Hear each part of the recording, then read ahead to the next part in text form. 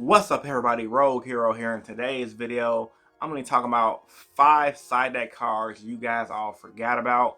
Now the reason why I want to make this video because one of you guys asked me recently, Chris, when you're going to do another side deck video. Those videos are really helpful. So with that being said, I decided to give you guys another side deck video. Now to answer his question, the reason why I don't give you guys a lot of side deck videos is because with my work schedule and my current YouTube schedule, by the time a side deck video comes out, another YouTuber would have already done it. This ain't back in the day where everyone didn't do these type of videos. So there's a lot of information out there, and I advise a lot of you guys to check them people out. But I really appreciate you guys wanting to check me out, and if you guys want me to do more of these videos to support the channel, smash that like button. Hopefully this video can get over 100 likes.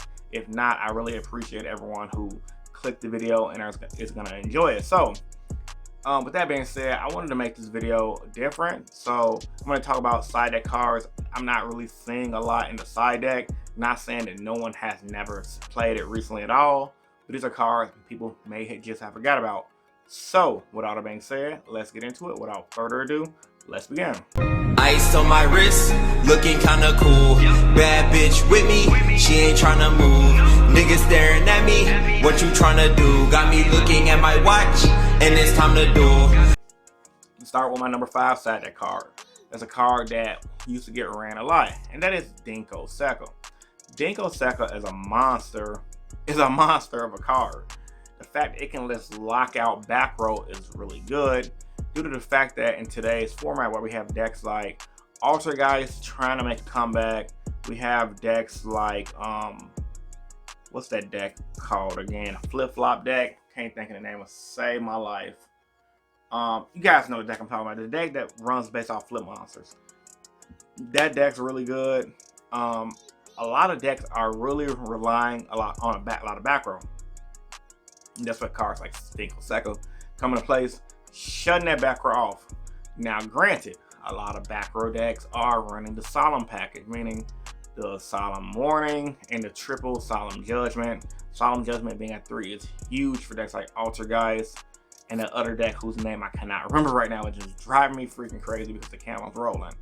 So if they don't have those cards, you're just gonna shut off their back row, and then once you bring out your Dinko Seco, they can't set their cards. So it is really good.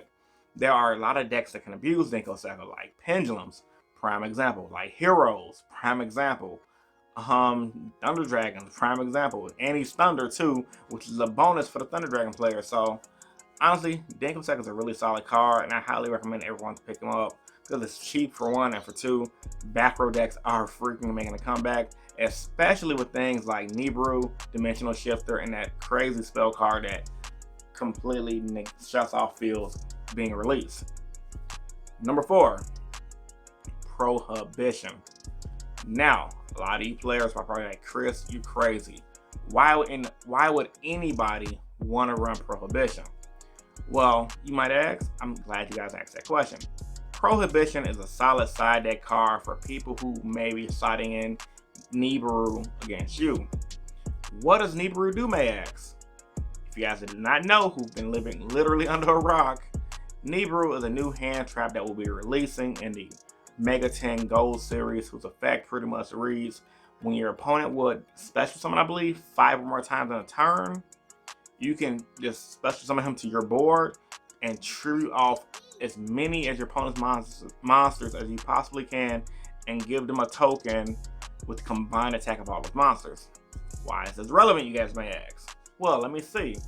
Your opponent combos off, you completely crap on their combo, completely messing up their plays, and they lost. Like, it's literally, Nibiru is going to be a game ender.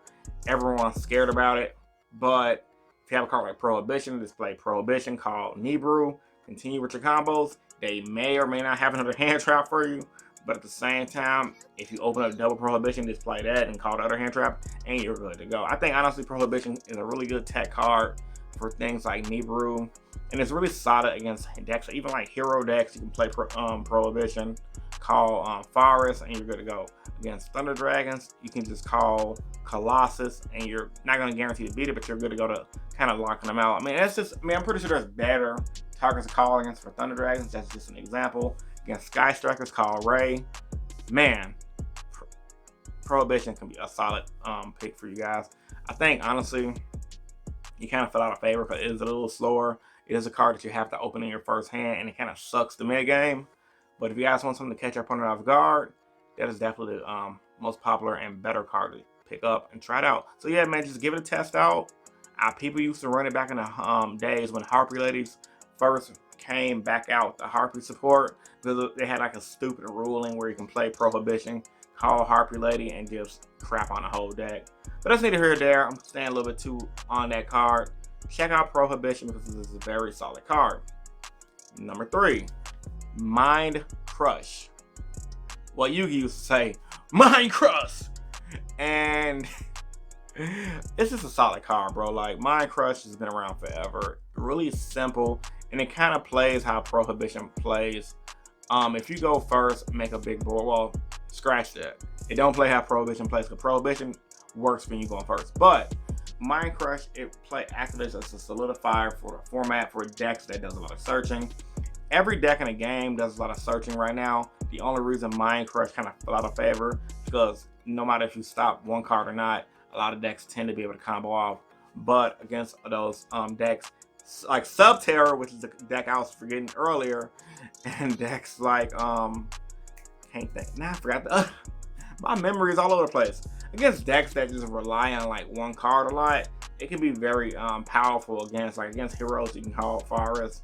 And you know, mid to late game is actually better than a card like Prohibition because you can always Mind Crush like the Nibiru blindly, even if they don't get it. If you're playing a deck like Dangers, you can just pick your danger monsters and get your effect off. I think Mind Crush is a card that no matter what format, what era, it can always come full circle and come back in the player's side decks because it's just a solid, well-balanced card. 2, Royal Decree. Now, I actually seen a player, I believe he was in the UDS or the PPG. There are 2 major events going on this weekend, the PPG Pro Play Games Tournament and the UDS tournament, which is the only tournament I followed. But I've seen the deck list online. I believe it was from the UDS event of a player who was side decking, I believe 3 or 2 Royal Decrees. Now that was smart. Reason being, it's good for decks to go first. Actually, scratch that. It's amazing for decks to go first because of the back row heavy decks that we're going to come into the limelight right now. Subterrors is an annoying freaking deck. Altergeist is an annoying freaking deck. So if you can go first against those decks and open up your Royal Decree, they set their back row pass. You in-phase Decree, they lost. Like, legit. There is nothing they can do to stop that. Nothing. Like, Altergeist may be able to do their... No, actually, no. Scratch that. There is nothing they can do to stop a Royal Decree, bro. So, honestly, it's just a solid card, bro, against those 2 decks.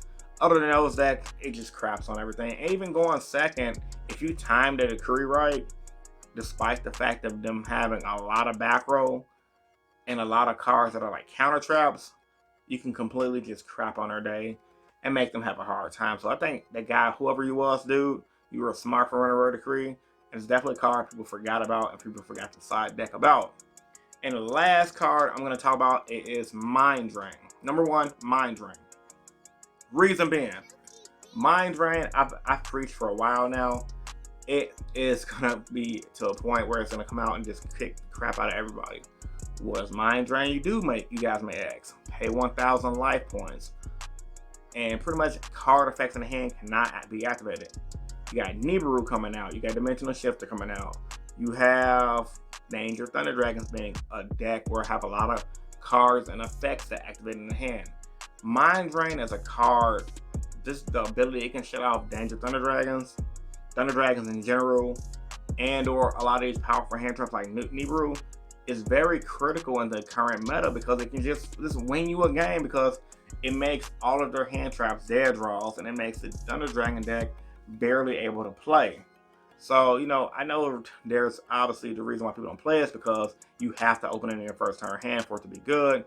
But even mid to late game, it can be really a solid card. I mean, it's a side deck card. It's not main deckable. And honestly, I go based on the theory of how me and my Naruto team used to do back in the day. We always used to find these random tech cards that just worked in every deck. And we had a theory that if people don't know what the card does, and or if they forgot about the card and you activate it on them, 9 times out of 10 you win. And that's true to this day. Like, if you can find a good tech card for the meta that no one's using, it can instantly give you 10 times more advantage than everyone else in the room. And that's how people win events. I mean, obviously you can do cookie cutter decks and do well. Cookie cutter ultimately probably would do well more consistently than a random tech would.